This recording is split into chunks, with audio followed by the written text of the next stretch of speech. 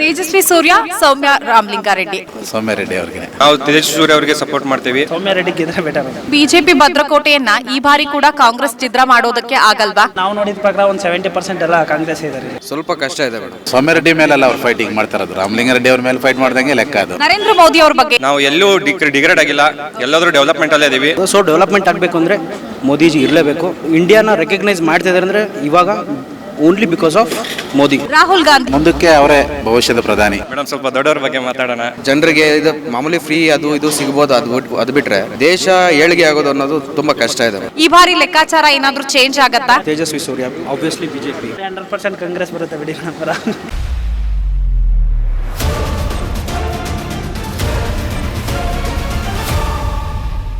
ನಮಸ್ಕಾರ ವೀಕ್ಷಕರೇ, ಕರ್ನಾಟಕ ಟಿವಿಯ ಲೋಕಯಾತ್ರೆಗೆ ಸ್ವಾಗತ. ನಾನ್ ವೀಣಾ ಸಿದ್ದಾಪುರ್. ಒಂದ್ ಕಡೆ ಚುನಾವಣಾ ರಣಾಂಗಣ ಸಿದ್ಧವಾಗಿದೆ. ಅದರಲ್ಲೂ ಬೆಂಗಳೂರಿನಲ್ಲಿ ಅತಿ ಹೆಚ್ಚು ಕುತೂಹಲಕ್ಕೆ ಕಾರಣವಾಗಿರುವಂತಹ ಕ್ಷೇತ್ರ ಅಂದರೆ ಬೆಂಗಳೂರು ದಕ್ಷಿಣ ಲೋಕಸಭಾ ಕ್ಷೇತ್ರ. ಹಾಲಿ ಸಂಸದರು ತೇಜಸ್ವಿ ಸೂರ್ಯ ಅವರು, ಇನ್ನೊಂದು ಕಡೆ ಕಾಂಗ್ರೆಸ್ನಿಂದ ಸೌಮ್ಯ ರೆಡ್ಡಿ ಅವರು ಕಣಕ್ಕಿಳಿದಿದ್ದಾರೆ. ಹಾಗಾದರೆ ಇಲ್ಲಿನ ಮತದಾರರು ಏನು ಹೇಳ್ತಾರೆ ಅನ್ನೋದನ್ನು ಕೇಳೋಣ. ಸದ್ಯ ನಾನು BTM ಲೇಔಟ್ ವಿಧಾನಸಭಾ ಕ್ಷೇತ್ರದಲ್ಲಿದ್ದೀನಿ. ಸೊ ಇಲ್ಲಿನ ಮತದಾರರನ್ನ ಕೂಡ ಕೇಳೋಣ. ಯಾಕಂದರೆ ಬೆಂಗಳೂರು ಸೌತ್ ಅಂತ ಬಂದರೆ BJPಯ ಭದ್ರಕೋಟೆ. ಸೊ ಏನು ಕಳೆದ 30 ವರ್ಷಗಳಿಂದ ಕಾಂಗ್ರೆಸ್ನವರು BJPಯನ್ನು ಟಚ್ ಕೂಡ ಮಾಡೋದಕ್ಕೆ ಸಾಧ್ಯವಾಗ್ತಾ ಇಲ್ಲ. ಆದರೆ ಈ ಬಾರಿ ಇಲ್ಲಿ ಶಾಸಕರು ಹಾಗೆ ಸಚಿವರಾಗಿರುವಂತಹ ರಾಮಲಿಂಗಾರೆಡ್ಡಿ ಅವರ ಪುತ್ರಿಯವರು ಕಣಕ್ಕಿಳಿದಿದ್ದಾರೆ. ಹಾಗಾದರೆ ಈ ಬಾರಿ ಮತದಾರರು ಏನು ಹೇಳ್ತಾರೆ?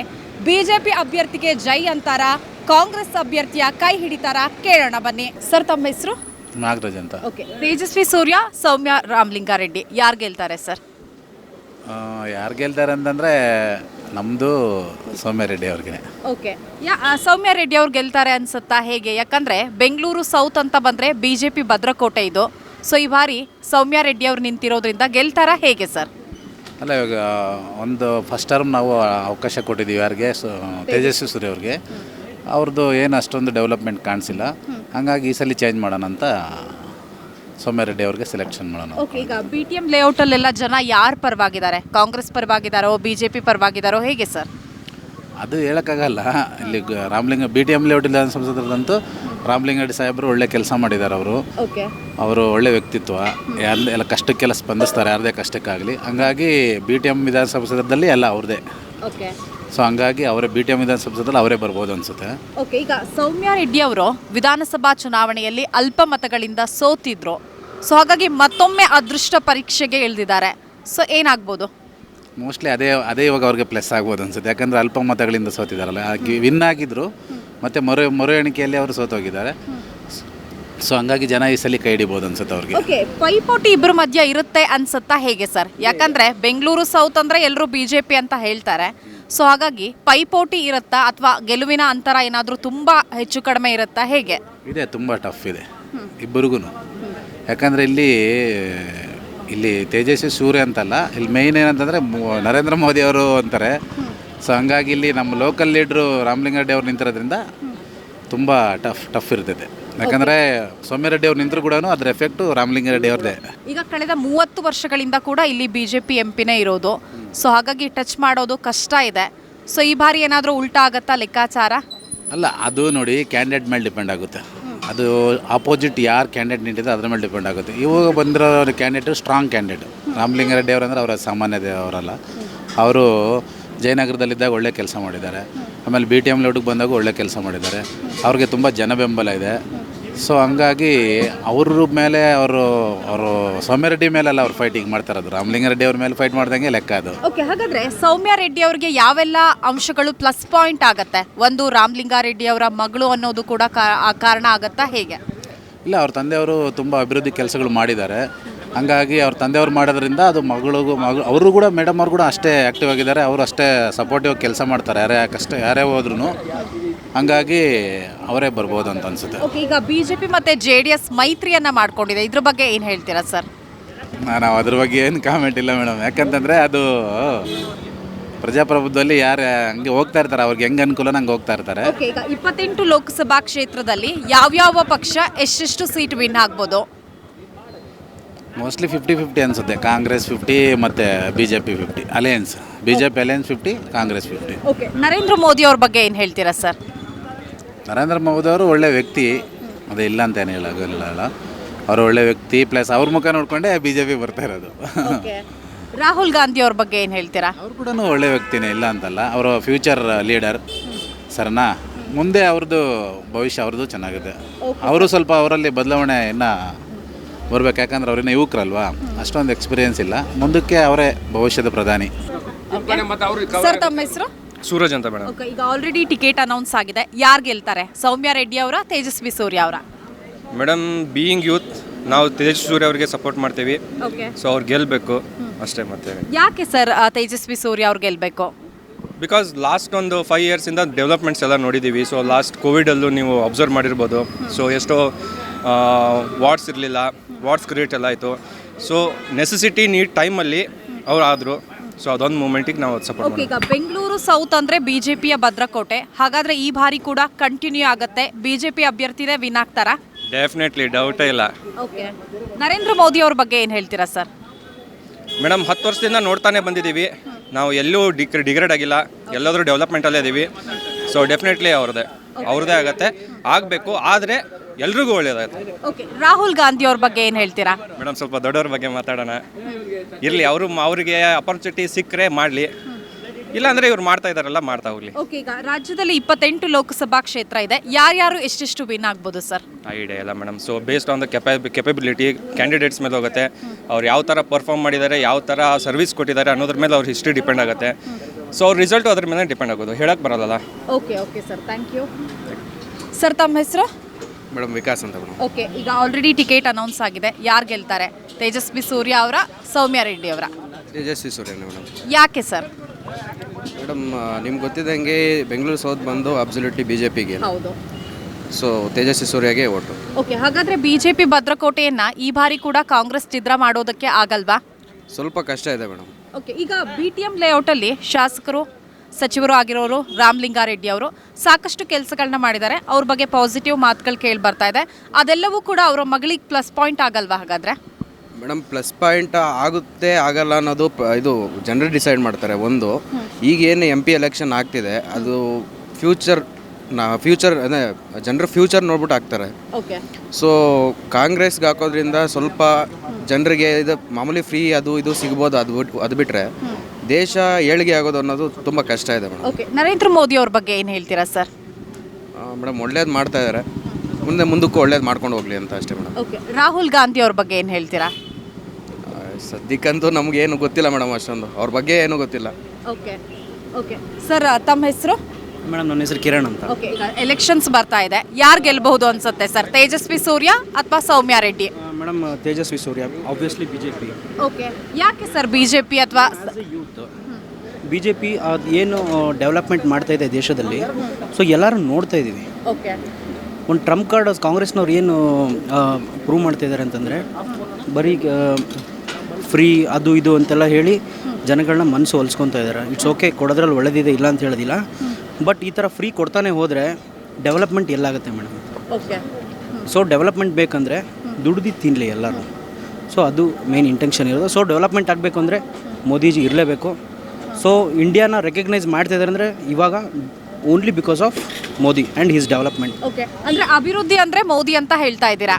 ಅಭಿವೃದ್ಧಿ ಅಂದರೆ ಮೋದಿ. 10 ವರ್ಷದಲ್ಲಿ ನಾವು ಏನೇನು ನೋಡಿದ್ದೀವಿ ಆಲ್ಮೋಸ್ಟ್ ನೀವು ಎಲ್ಲ ಕಡೆ ನೋಡ್ಬೋದು. Because of Modi every one is behind him. ಈಗ ತೇಜಸ್ವಿ ಸೂರ್ಯ ಅವರ ಮುಖವನ್ನು ನೋಡಿ ಓಟ್ ಹಾಕ್ತಾರಾ ಜನರು ಅಥವಾ ಮೋದಿ ಅವರಿಗೆ? ತೇಜಸ್ವಿ ಸೂರ್ಯನ ನೋಡಿ ಹಾಕ್ತಾರೆ. He is also dynamic and he's work also good in Bangalore, we are all know. And his vision is also in future is very good. Okay sir, ಈಗ BTM ಲೇಔಟ್ ಎಲ್ಲ ಡೆವಲಪ್ ಆಗಿದೆಯಾ ಹೇಗೆ? ಯಾಕಂದರೆ MP ಇರೋದು BJP ಅವರು, MLA ಇರೋದು ಮತ್ತು minister ಕೂಡ ಆಗಿದ್ದಾರೆ ಕಾಂಗ್ರೆಸ್. ಹಾಗಾಗಿ ಇಲ್ಲಿ ಎಲ್ಲ ಡೆವಲಪ್ ಆಗಿದೆಯಾ ಹೇಗೆ ಸರ್? ಮೇಡಮ್, ಬ್ಯಾಂಗ್ಳೂರಲ್ಲಿ BTM ಲೇಔಟ್ ಒಂದೊಂಥರ ರಿಚೆಸ್ಟ್ ಏರಿಯಾ ಇದ್ದಂಗೆ ಲೆಕ್ಕ. ಹೌದು. ಸೊ ನೀವು ನೋಡ್ಬೋದು, ಆಬ್ವಿಯಸ್ಲಿ ಯಾರಿಗಾದ್ರೂ ಕೇಳು ಅಥವಾ ಬಂದು ಹೋದವರು ನೋಡ್ಬೋದು. ಕೋರ್ಮಂಗಲ್ BTM ಲೇಔಟ್ ಅಂದರೆ one of the developed area ಅಂತಲೇ ಹೇಳ್ಬೋದು ಮೇಡಮ್. ಹೌದು. ಸೊ ರೋಡ್ ಆಗಲಿ, ಹೋಟೆಲ್ ಆಗಲಿ, ಎನಿಥಿಂಗ್ ಡೆವಲಪ್ಡ್ ಅಂದರೆ BTM ಲೇಔಟೇ ಇದೆ ಮೇಡಮ್. ಇರ್ಬೋದು ಬೇರೆದು, ಬಟ್ ನಾವು ಇಲ್ಲೇ ಇರೋದ್ರಿಂದ ನಮಗೆ ನೋಡ್ತಾ ಇದೀವಿ, ಎಲ್ಲ ಡೆವಲಪ್ಡ್ ಇದೆ madam. Okay sir, thank you. ತಮ್ಮ ಹೆಸರು? ಹನುಮಂತರಾಜು ಮೇಡಮ್. ಓಕೆ, ಎಷ್ಟು ವರ್ಷದಿಂದ ಸರ್ ಹೋಟೆಲ್ ನಡೆಸ್ತಿದ್ದೀರಾ? 2 ಇಯರ್ಸಿಂದ ಮೇಡಮ್. ಓಕೆ, ಏನೇನು ಸಿಗುತ್ತೆ? ಇಡ್ಲಿ, ವಡಾ, ಪೂರಿ, ಲೆಮನ್ ರೈಸ್, ಅವಲಕ್ಕಿ, ಉಪ್ಮಾ, ಪಲಾವ್, ಪುಳಿಯೋಗರೆ. ಮಾರ್ನಿಂಗ್ ಇಂದ ನೈಟ್ ವರೆಗೂ ಓಪನ್ ಇರುತ್ತಾ ಹೇಗೆ? 3 ಟೈಮ್ ಓಪನ್ ಇರುತ್ತೆ. ಓಕೆ, ಪ್ರತಿನಿತ್ಯ ಎಷ್ಟು ಜನ ಬರ್ತಾರೆ ಸರ್ ಸುಮಾರು? ಒಂದು 300 ಪೀಪಲ್ಸ್ ಬರ್ತಾರೆ. ಓಕೆ, ಈಗ ಎಲೆಕ್ಷನ್ ಬರ್ತಾ ಇದೆ, ಈ ತರ ಹೋಟೆಲ್ಗೆ ಬಂದ್ರೆ ಸಾಕಷ್ಟು ಎಲೆಕ್ಷನ್ ಬಗ್ಗೆ ಡಿಸ್ಕಷನ್ ಆಗ್ತಾ ಇರುತ್ತೆ, ಆಗ್ತಿದ್ಯಾ ಹೇಗೆ? ಹೌದು ಮೇಡಮ್, ಡಿಸ್ಕಷನ್ ಮಾಡ್ತಾ ಇರ್ತಾರೆ, ಇಲ್ಲೇ ಟಿಫನ್ ತಿಂತಾ ಇರ್ತಾರೆ, ಹಿಂಗೆ ಮಾಡ್ತಾ ಇರ್ತಾರೆ. ಏನ್ ಹೇಳ್ತಾರೆ ಗ್ರಾಹಕರೆಲ್ಲ? ಯಾರ ಪರವಾಗಿದ್ದಾರೆ? ಬಿಜೆಪಿ ಪರ ಇದ್ದಾರಾ, ಕಾಂಗ್ರೆಸ್ ಪರ ಇದ್ದಾರಾ? ನಾವು ನೋಡಿದ ಪ್ರಕಾರ ಒಂದು 70% ಎಲ್ಲ ಕಾಂಗ್ರೆಸ್ ಇದ್ದಾರೆ. ಓಕೆ ಕಾಂಗ್ರೆಸ್ ಟಾಕ್ ಜಾಸ್ತಿ ಇದೆ. ಓಕೆ, ಈಗ ಕಾಂಗ್ರೆಸ್ನಿಂದ ಸೌಮ್ಯ ರೆಡ್ಡಿ, ಬಿಜೆಪಿಯಿಂದ ತೇಜಸ್ವಿ ಸೂರ್ಯ, ಯಾರು ಗೆಲ್ತಾರೆ? ಬೆಟರ್ ಸೌಮ್ಯ ರೆಡ್ಡಿ ಗೆದ್ರೆ ಬೆಟರ್. ಯಾಕೆ ಸರ್ ಸೌಮ್ಯ ರೆಡ್ಡಿ ಅವ್ರಿಗೆ ಗೆದ್ರೆ ಬೆಟರ್ ಅನ್ಸುತ್ತೆ? ಅವರು ಒಂದು ಸ್ವಲ್ಪ ಹೆಲ್ಪ್ ಮಾಡ್ತಾರೆ ಮೇಡಮ್ ಎಲ್ಲ ಜನಗಳಿಗೆಲ್ಲ. ಇಲ್ಲೆಲ್ಲ ಇಂಪ್ರೂವ್ಮೆಂಟ್ ಮಾಡಿದ್ದಾರೆ ಏರಿಯಾದಲ್ಲಿ.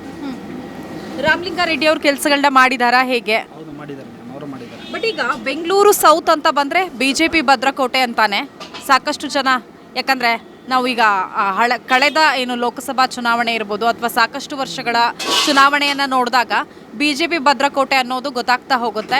ಈ ಬಾರಿ ಲೆಕ್ಕಾಚಾರ ಏನಾದರೂ ಚೇಂಜ್ ಆಗತ್ತಾ? 100% ಕಾಂಗ್ರೆಸ್ ಬರುತ್ತೆ ಬಿಡಿ ಮೇಡಮ್. ಯಾಕೆ ಸರ್? ಏನು ಸ್ಟೇಟಲ್ಲಿ ಕಾಂಗ್ರೆಸ್ ಇರೋದ್ರಿಂದ ಕಾಂಗ್ರೆಸ್ ಬರುತ್ತಾ ಹೇಗೆ? ಇಲ್ಲ ಮೇಡಮ್, ನಮಗೂ ಒಂದು ಸ್ವಲ್ಪ ಎಜುಕೇಷನಲ್ಲಿ ಹೆಲ್ಪ್ ಮಾಡಿದ್ದಾರೆ. ಕಾಂಗ್ರೆಸ್ ಗೌರ್ಮೆಂಟಿಂದ ತುಂಬ ಹೆಲ್ಪ್ ಆಗಿದೆ. ನಮಗೆಲ್ಲ ಫ್ರೀ ಲ್ಯಾಪ್ಟಾಪ್ಸ್ ಸಿಕ್ತು, ಹಂಗೆ ಒಂದು ಸ್ವಲ್ಪ ಎಲ್ಲ ಪ್ರೈಸ್ ಮನೆ ಎಲ್ಲ ಸಿಕ್ತು. ಹಂಗಾಗಿ ಒಂದು ಸ್ವಲ್ಪ ಬೆಟರ್ ಕಾಂಗ್ರೆಸ್ ಇದ್ರೆ ಬೆಟರ್ ಇದೆ. ಮೇಡಮ್, ತಮ್ಮ ಹೆಸರು? ಪ್ರಿಯಾಂಕಾ ಅಂತ. ಓಕೆ, ಈಗ ಲೋಕಸಭಾ ಎಲೆಕ್ಷನ್ಸ್ ಬರ್ತಾ ಇದೆ, ಸೊ ಆಲ್ರೆಡಿ ಟಿಕೆಟ್ ಅನೌನ್ಸ್ ಆಗಿದೆ. ಬಿಜೆಪಿಯಿಂದ ತೇಜಸ್ವಿ ಸೂರ್ಯ, ಕಾಂಗ್ರೆಸ್ನಿಂದ ಸೌಮ್ಯ ರೆಡ್ಡಿ, ಯಾರು ಗೆಲ್ತಾರೆ? BJP. ಯಾಕೆ BJP? Yeah, see, nowadays what happening we are seeing, right? ಏನಾಗ್ತಿದೆ ಪ್ರೆಸೆಂಟಾಗಿ ನಮ್ಮ ಎಸ್ಪೆಷಲಿ ಎಕ್ಸಾಂಪಲ್ ನಮ್ಮ ಕರ್ನಾಟಕನೇ ತಗೊಳ್ಳಿ. ಫಸ್ಟ್ ಹೆಂಗಿತ್ತು, ಈಗ ಹೆಂಗಿದೆ. ಈಗ ಒಂದು ಗರ್ಲ್ಸ್ ಕೂಡ ಹೊರಗಡೆ ಹೋಗೋದು ಆಗ್ತಿಲ್ಲ. ಬಿಫೋರ್ BJP ಇದ್ದಾಗ ಒಂದು ಸ್ವಲ್ಪ ಎಲ್ಲ ಕಂಟ್ರೋಲ್ ಆಗಿತ್ತು. ಈಗ ಯಾವುದೂ ಒಂದು ಕಂಟ್ರೋಲ್ ಆಗಿಲ್ಲ. ಈವೆನ್ ಡೆವಲಪ್ಮೆಂಟ್ ಇಲ್ಲ, ಏನೂ ಇಲ್ಲ. ಎಲ್ಲ ಸ್ಟೂಡೆಂಟ್ಸಿಗೂ ಸ್ಕಾಲರ್ಶಿಪ್, ಆ್ಯಕ್ಚುಲಿ ಸಮ್ ಸ್ಟೂಡೆಂಟ್ಸ್ ಬಂದು ಅದ್ರ ಮೇಲೇ ಡಿಪೆಂಡ್ ಆಗಿರ್ತಾರೆ. Not only SC ST or some other OBC ಕೂಡ ಎಲ್ಲರೂ ಡಿಪೆಂಡ್ ಆಗೋದೇ ಸ್ಕಾಲರ್ಶಿಪ್ ಮೇಲೆ ಅಲ್ವಾ. ಈ ಟೈಮಲ್ಲಿ ಅವರು ಯಾವುದನ್ನು ಸಪೋರ್ಟ್ ಇರಲಾರ್ದಂಗೆ ಎಲ್ಲ ಬೇರೆ ಅವ್ರವ್ರು ಇದು ಸ್ವಾರ್ಥಕ್ಕಾಗಿ ಇದು ಈವನ್ ನಾನು ಕರಪ್ಷನ್ನು ಎಲ್ಲ ಕಡೆನೂ ಇರುತ್ತೆ. ಬಟ್ ಆ ಕಂಪೇರ್ ಮಾಡಿದಾಗ ಯಾವುದರಲ್ಲಿ ಕಮ್ಮಿ ಇದೆ ಅಂತ ನೋಡಿ ನಾವು ಅವರಿಗನ್ನ ಸಪೋರ್ಟ್ ಮಾಡಿದ್ರೆ ಸ್ವಲ್ಪನ ಒಂದು ಕರ್ನಾಟಕ ಆಗಲಿ ಈವನ್ ಇಂಡಿಯಾ ಫುಲ್ ಸೇಫ್ ಆಗಿರುತ್ತೆ ಅನ್ನೋದಕ್ಕೆ. ಇನ್ನೂ ಒಂದು ಮೋದಿನೇ ಯಾಕೆ ನಾವು ಪ್ರೈಮ್ ಮಿನಿಸ್ಟರ್ ಆಗಿ, ನಾಟ್ ಓನ್ಲಿ ಮೋದಿ, BJPಲಿ ದೊಡ್ಡ ದೊಡ್ಡ ಲೀಡರ್ಸೇ ಇದ್ದಾರೆ. ಮೋದಿ, ಯೋಗಿ ಆದಿತ್ಯನಾಥ, ಗಡ್ಕರಿ, ಸೊ ರಾಜನಾಥ್ ಸಿಂಗ್, ಇವರೆಲ್ಲ ಒಂದು ಲೆವೆಲಿಗೆ ಇರೋರೆ. ಯಾರಾದ್ರೂ ಓಕೆನೆ, ಬಟ್ ಅವ್ರಿಗೆ ನಾವು ಯಾಕೆ ಸಪೋರ್ಟ್ ಮಾಡ್ತೀವಿ? ಡೆವಲಪ್ಮೆಂಟ್.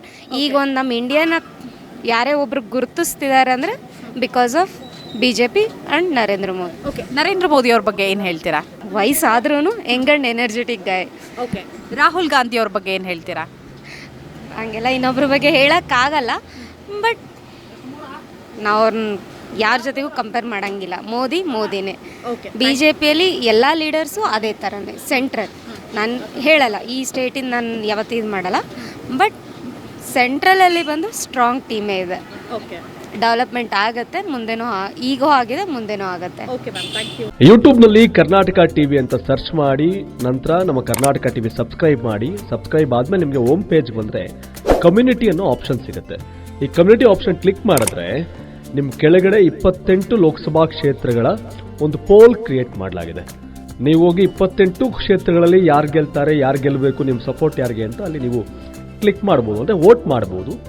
ಇಲ್ಲೇನು ವೋಟಿಂಗ್ ಆಗುತ್ತೆ ನಾವು ಪ್ರತಿದಿನ ನಾವು ನ್ಯೂಸಲ್ಲಿ ನಿಮಗೆ ಅಪ್ಡೇಟ್ ಮಾಡ್ತಿರ್ತೀವಿ. ಇದು ಮತದಾನದ ದಿನದವರೆಗೂ ಕೂಡ ಈ ಪೋಲಿಂಗ್ ಓಪನ್ ಇರುತ್ತೆ.